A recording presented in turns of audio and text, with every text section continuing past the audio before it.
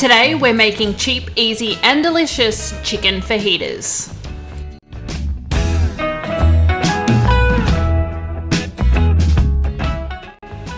To start off, we're going to go ahead and we're going to pour a little bit of oil into our pan, and then we're going to saute our capsicum and our onion. You can use one color of capsicum. I just happen to have red and orange or yellow inside my freezer, and some onion. And then what we're going to do is we're going to saute that with a little bit of salt until the vegetables are tender. Once that's done, we're going to take out our vegetables from our pan and start cooking up our chicken. This is such a quick dish to make, especially on a busy weeknight, and it's cheap. So you won't feel like getting takeout because it'll be on the table before your door rings for the delivery guy to get here.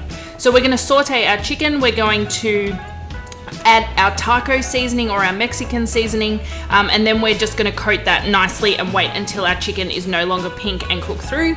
We'll add back our vegetables, and then the last thing we're going to do is add our salsa. So that's really it. We're just going to warm our salsa through, allow it to get a little bit thicker to coat all those nice chicken pieces, and really that's it. All we need to do now is serve it up, and I'm just serving it really simply. You can add rice, you can add lettuce, you can add extra things if you want to, but on this night I was super lazy and I just put this filling into a tortilla and then just served it with some sour cream on the side. It was as simple as that. We loved it. We thought it was really delicious. It was super quick. Cleanup was a breeze. And that's what we're all about here on Dine It Frugal. Quick, easy and delicious recipes that are really cheap to make.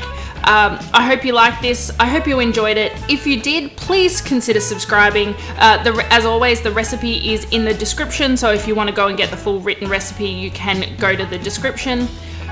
And I'll see you next time. Bye.